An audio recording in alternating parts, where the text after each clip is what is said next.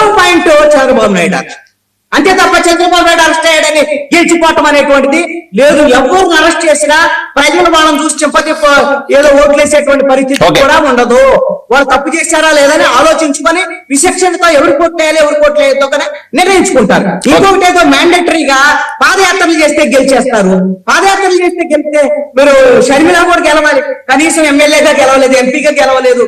వాళ్ళు అక్కడ నుంచి తరివేశారు తెలంగాణ నుంచి ఆ పాదయాత్రలు చేస్తే. జైలుకు వచ్చినటువంటి కవిత ఏమైనా గెలిచిందా? వాడు బీఆర్ఎస్ గెలిచిందా? వాడు ఘోరంగా ఓడిపోయినటువంటి పరిస్థితి కదా. అందుకని ఇవన్నీ ఇలాంటి సెంటిమెంట్స్ అనేటువంటిది మనం చెప్పుకునేటువంటి అంశాలు తప్ప ఈ సెంటిమెంట్స్ పనిచేయము. జగన్మోహన్ రెడ్డి అరెస్టుకు సంబంధించినటువంటి అంశము ఆంధ్రప్రదేశ్ ప్రజలు 2024 ఎన్నికల్లోనే ఒక తీర్పు ద్వారాగా జగన్మోహన్ రెడ్డి అవినీతికి పాల్పడ్డాడు, కుంభకోణాలు చేశాడు, ఇతను అరెస్ట్ చేయాలి, జైల్లో పెట్టాలి అని 164 సీట్లు కూటమికి ఇచ్చారు. మీరు ఇప్పుడైనా సరే మీకు ఇచ్చినటువంటి మ్యాండేట్ సూపర్ 6 ఇంప్లిమెంట్ చేయడం అనేటువంటిది ఎంత ముఖ్యమో జగన్మోహన్ రెడ్డి జైలు పంపించడం కూడా అంతే ముఖ్యం. అంతే ఈ రోజు మీద పవన్ కళ్యాణ్ వచ్చాడు చెప్పాడు అంటే ఎవరి కోసం చెప్తావు నాకు అర్థం కాదు. నువ్వు 5 ఏళ్ళు అదే చెప్పావు కదా, మొన్న ఎన్నికల్లో అదే చెప్పాడు పవన్ కళ్యాణ్, చంద్రబాబు నాయుడు అదే చెప్పాడు, లోకేష్ కూడా అదే చెప్పాడు మొన్న ఎన్నికల్లో. ఏ శాతం జైలుకు పంపిస్తాం అవినీతి చేశారు. ఇప్పుడు ఎందుకు సహాయ నొక్కుతారు? మీ బాధ్యత అది అరెస్ట్ చేయాలి. ఎవరి కోసం? మీకోసం కాదు, రాష్ట్ర ప్రజల కోసం ఈ పరిపాలన సక్రమైన రీతిలో వెళుతుందని చెప్పడానికి కూటమి ప్రభుత్వం ఈ విధమైనటువంటి అరెస్ట్ అనివార్యంగా చేయాల్సినటువంటి బాధ్యత ఉంటుంది. ఇంకొక మాట చెప్పే ముగిస్తా. ఇందాక శ్రీకాంత్ గారు అంటున్నారు కదా విజయసాయి రెడ్డి ఎక్కడ చెప్పాడు ఎక్కడ చూడాలి ప్రెస్ మీట్ లో చెప్పాడు. ఎవరు చెవులు చెప్పాల్సిన అవసరం. అందుకనే ఒక ఏదైనా సరే ఒక భూకంపం వస్తుంది అని అంటే మొట్టమొదటి గుర్తించేటువంటి ఎలుకలు, పిల్లులు, నక్కలు, కుక్కలు ఇవన్నీ గుర్తిస్తాయండి. ఎందుకంటే భూమిలో వచ్చే ప్రకంపనలు బాగా తెలుస్తుంది, ముందే తెలుస్తుంది. అలాగనే ఒక నేరస్తుడికి సంబంధించినటువంటి కదలికలు, ఆయన నేరాలు చేసినటువంటి వాళ్ళ ఎప్పుడు జైల్లోకి వెళ్తారు, ఎప్పుడు అరెస్ట్ చేస్తారు, ఇలాంటి అంశాలు నేరారోపణలు ఎదుర్కొనేటువంటి బాగా దాంట్లో సిద్ధాంతుడైనటువంటి విజయసాయి రెడ్డికి తెలుసు. కాబట్టి విజయసాయి రెడ్డి చెప్పినటువంటి అంశం మీదే ఇప్పుడు మనందరికన్నా విజయసాయి రెడ్డి దీంట్లో ఎక్స్పర్ట్ అనేటువంటిది ఆయన అతను ముందే చెప్పాడు. అందుకనే విజయసాయి రెడ్డి మొన్న ఈడీకి సంబంధించినటువంటి విషయంలో కూడా ఆయన దర్యాప్తుకి వెళ్ళి అనేకమైన కీలకమైనటువంటి అంశాలను కూడా జగన్మోహన్ రెడ్డికి సంబంధించినటువంటి అంశాలని కేఎన్ఆర్ కన్నా కూడా విజయసాయి రెడ్డి ఎక్కువ విషయాలు ఈడీకి సంబంధించినటువంటి దర్యాప్తులో చెప్పినటువంటి విషయాలు ఉన్నాయి. జగన్మోహన్ రెడ్డి అరెస్ట్ అనేటువంటిది అనివార్యమైనటువంటి పరిస్థితి. వైఎస్ఆర్ కాంగ్రెస్ పార్టీ అరెస్ట్ చేసుకోండి అని పదే మాట్లాడటం వెనక కూడా అరెస్ట్ అనేటువంటిది వాళ్ళకి ఆల్రెడీ తెలుసు. కాబట్టి ఈ విధంగా ఏమైనా సింపతి వస్తాయనే విధంగా వాళ్ళు మాట్లాడేటువంటి ప్రయత్నం తప్ప ఇంకోటి తానే. ఓకే, ఈ సింపుల్ గా రాజ్యసభ రగడ బాగా ఎక్కువ ప్రచారం అవుతుంది. ఇదేమైనా ఎఫెక్ట్ ఉంటుందా కూటమికి, ప్లస్ మైనస్ ఈ ఎంపిక? ఇప్పుడు వర్మ గారు అసలు రాజ్యసభ రగడ అనేటువంటి అంశము అసలు రగడ ఎక్కడుందండి? నేను ఒకటి అడుగుతా, రగడ అనేది ఎక్కడుంది? సోషల్ మీడియాలోనే ఎక్కడో చోట వస్తాను.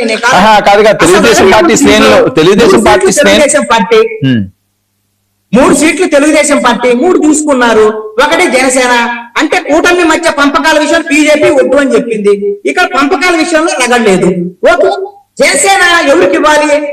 ఆయన లింగంనేని రమేష్ కి ఇవ్వాలని పవన్ కళ్యాణ్ నిర్ణయించాడు. పవన్ కళ్యాణ్ నిర్ణయించిన తర్వాత పవన్ కళ్యాణ్ ఏమి డెసిషన్ చెప్తే ఆ డెసిషన్ ఇంకొకరు తప్పు పట్టేటువంటి అవకాశం లేదు. ఆయన చెప్పింది వేదవాకు ఆ పార్టీకి. ఒక పార్టీ అధ్యక్షుడి నిర్ణయం ఇంకా అనివార్యం కదా.